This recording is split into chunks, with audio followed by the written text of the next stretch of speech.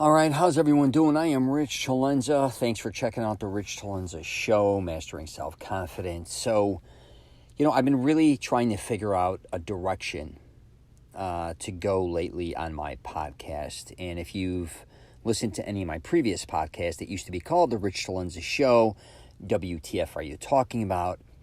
And then a friend of mine and actually a co-host on my podcast came up with, let's just think about the idea of changing it to Mastering Self-Confidence, which I like that as well. But I've really been kind of contemplating on what direction I want to go on my podcast and my YouTube channels, like officially, kind of just to go into a certain direction. And what it kind of keeps coming back to is trying to help people live a certain lifestyle, I think, affordably, and having the confidence to kind of stand up on their own and say, I don't give a fuck what everybody else is doing. I have to figure out what works best for me. Not only financially, that could go for your fitness, your health, all these different types of things, because I think we really do get caught up. I know I did when I was younger. And as independent as I am, because if you know me, I'm usually the guy to say, go fuck yourself. To anything, I'm really somebody who does not follow direction very well. I'm also somebody who does not like, I guess you could say, have a boss. I don't like being restricted. I don't like to be told what I got to do, how to do it, who I'm going to do it with.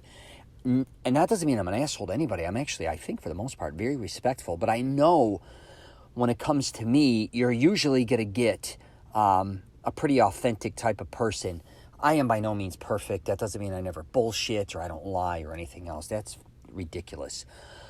But I don't know if this came from being so maybe with my parents when I was younger. They built me up to be, or they gave me the confidence to believe in myself to a level. Maybe, I don't know if it's good or bad, but it's worked for me. But when it comes to, I think, me really helping people, because that's what I like to do the most, is I don't like people, one, being taken advantage of. That really, I think, is what makes me nuts. And I think when we're younger, a lot of people take advantage of us. And when I say younger, I'm not talking kids. I'm talking even later teens, 20s, and 30s. That's young to me because I'm in my 50s.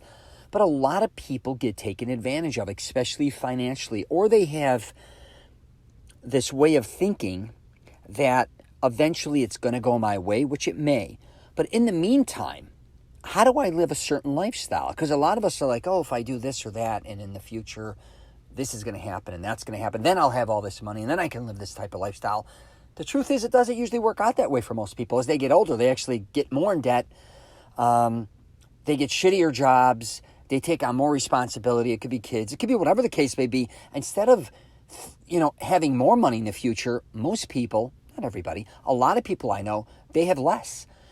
Or they have to wait a certain amount of time to actually start living a certain lifestyle. So it could be inheritance, for instance, from parents or grandparents you're waiting around for. Or it could be like, I'm going to sell my house and then I'm going to have enough money to do whatever I want to do. But, usually a lot of times that doesn't always work the way you think, especially the way the economy can go up and down. You think you're going to get $100,000 for your house and you only get 50, and you live there for 20 years, hypothetically. Now, other people may make hundreds of thousands on their house. God bless you. But you also got to realize all the money you spent for the upkeep and all the other bullshit too, if you start incorporating all that in there. But I think what I want to help people is, or help on my podcast, at least part of it, not everything, and my YouTube channel, is to help people live the lifestyle they want to lead now or live now. And I know a lot of us aren't going to be able to do that because they think they have to have millions of dollars or make hundreds of thousands of dollars. And I'm here to tell you, you really don't. Don't get me wrong. You're not going to have $1 million home necessarily unless you're making millions of dollars, most likely. But I am going to tell you that you can live probably a really incredible life if you just back up on just a couple major expenses. Now, you may have heard this before, and you don't take it to heart, but I think most people spend way too much money on their homes. If you're house poor, get out. I'm telling you right now, I've been there numerous times. Like, I can't even explain. If you are spending a substantial amount of your income in a place that you walk into, you go to sleep, or you sit on a couch, or you go to an office. And, I get we all like the house. We love it, especially if you live in Florida. I live in Florida. I lived in California. I get it. We have a certain, thing you want to live this certain lifestyle. But I can tell you right now, you can go from paying, say, hypothetically, $3,500, $4,000 a month for a nice home, down to a smaller home or a townhome. Maybe you don't like townhomes. Even go into an apartment for a while, pay $1,200, $1,500 a month. Have the pool, right? Have a little fitness center there you want. Any maintenance is taken care of. Maybe maybe your neighbors and stuff may not be at the level you are financially. You may not like certain things they do. I understand that, but I'm going to tell you something. I have lived in and out of townhomes, apartments, and homes, gated communities, downtown environments, high-rises. I've lived in them all. The one thing I realize that I love a lot about where I live is the people I'm around. And they're not always going to be perfect, don't get me wrong, and I'm not perfect either. But it seems like the more people that are kind of around me that are cool, the more I like it to a certain degree. The more I distance myself, is that a word, when I lived in a gated community or in a high-rise, say in downtown Chicago, and I wasn't talking to any of my neighbors, that kind of sucked. It kind of sucked. I've realized that about myself. And again, I'm not saying if you're not interested in your neighbors, you just don't want to be bothered. I get that as well. But I'm just here to tell you, I think, a lot of people back to being house poor, or having to have a house that's way over their head, electricity, furnishing it, upkeep just in general, all these type of things. Make sure you're going to be set for a long time. I think that's where people fuck up, and I do as well at times. You make a substantial amount of money, you, your wife, or by yourself, whatever, for a certain point in time, and you have money, and you're like, well, this is going to go on forever. I'm here to tell you, it probably won't. And maybe you'll get more wealthier, but a lot of people don't get wealthier. And like I said earlier, a lot of people are taking on a lot more expenses. Again, kids, it could be health, it could be whatever as time goes on. Also, if you want to do something with your money, maybe consider not just putting it into a home, because a lot of times you're just paying a massive mortgage. The banks are making money off you, or whoever you're paying to. Now, maybe you want to start a business, or maybe you just want the freedom to do something for a year. When you are, when you have a payment as big as a mortgage, that's takes up 70% of your check, 60, 70, even if you have double income, and it's, say, 50%, it's a lot of money. Then throw in the cars. Do you really? The average car I think the people are buying now is around $30,000. After interest, even if you get a good interest rate, say you pay 36 for 38. If you got a horrible interest rate on it, you're paying $45,000 for a car. Think about that. You're investing in something that's constantly depreciating. Instead of legit, go get a car for $12,000, $15,000. Payments a couple hundred or a few hundred. I'm telling you, you pay it off. You can work out either a payment plan if you can't afford it in the future, if it gets that bad, or you could double your payments up. I'll just give you an example. I was in California and I was going to buy a Mercedes convertible. They had a used one. It was older. It's like 2012. They wanted $17,000 in San Diego with 70,000 miles, right? And it's a CLK 320. And then after tax and all their bullshit, I forgot 20-something thousand, 21, 22. It was crazy. And I was going to drive it back to Florida because I was heading back to Florida.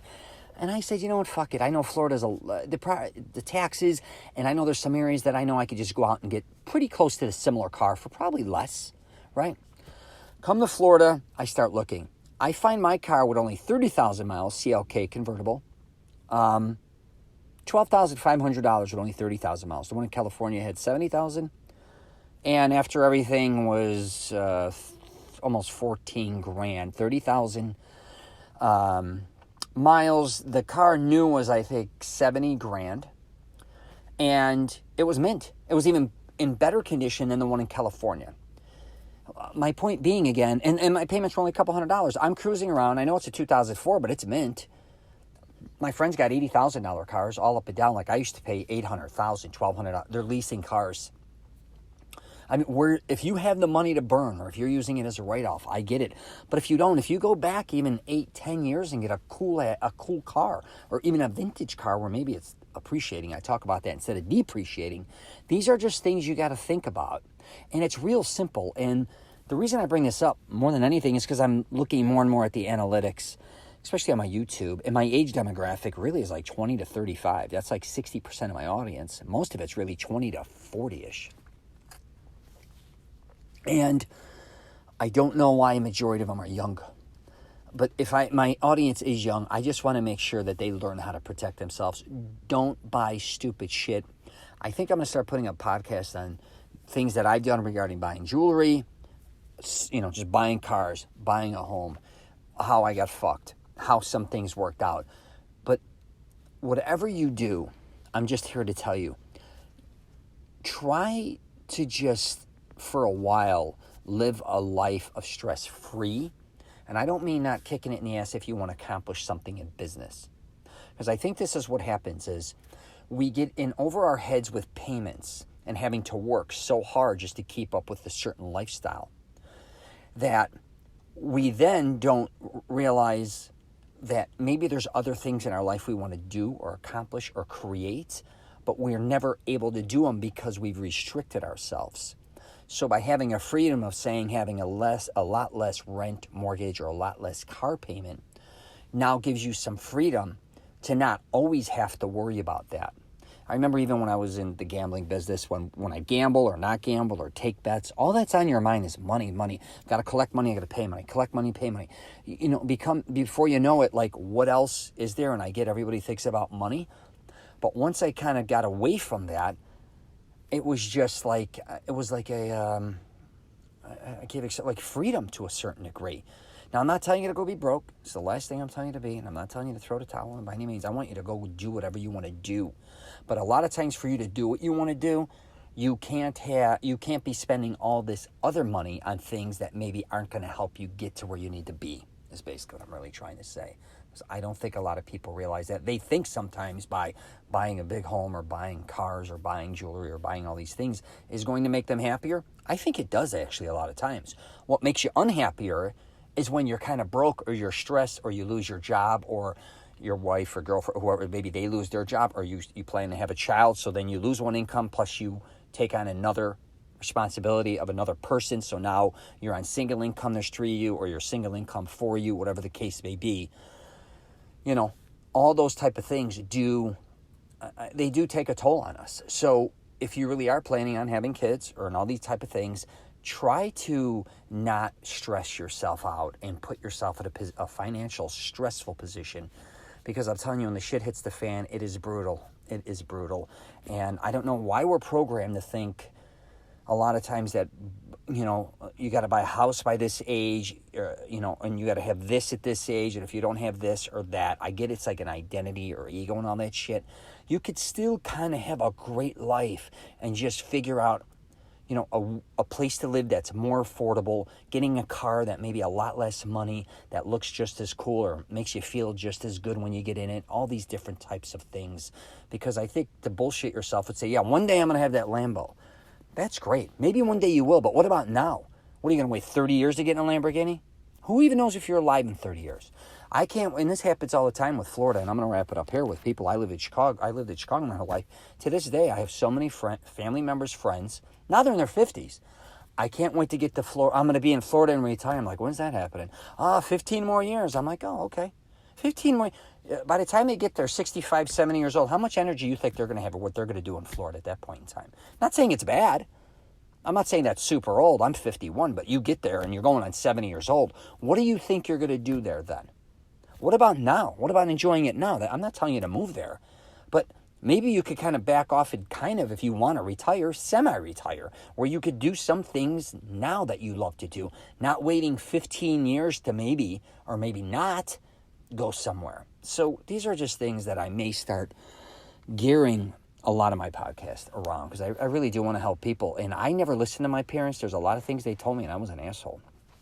But maybe you can listen to me. I'm not here to hurt you or tell you to squash your dreams. I want you to go be whatever the hell you want to be. Go after it. But like I said, not being in a mental state of mind where you're constantly stressed about not being able to pay your rent so you're getting thrown out of your place, not getting your car repoed, not being able to afford the electricity bill, not being able to have food. That's all fucking bullshit. And don't think, oh my God, I'm going to do that and sacrifice. And by sacrificing all this and doing all this shit, it's going to work out a lot better. If you want to torment yourself, I've been there. I'm telling you, it's not worth it. The less my bills became and the more affordable my lifestyle became, the more freedom I had to go create and do what I wanted to do. So I think I said that earlier. Don't mean to be repetitive, but anyways, I'm going to wrap it up there. You get a chance, check out my YouTube channel. It's just my name, Rich CELENZA. I'm on LinkedIn, Twitter, Facebook, and Instagram. All right? Take care, and please, common sense. Don't spend more than you have, and I don't care if you're making money now. God bless, stash a lot of it. All right? Instead of pissing away 90% of your check every week or every 2 weeks, try to save, 60, 70%. Try to turn that on its head a little bit, and you'd be shocked the type of life you really do start leading. All right, goodbye.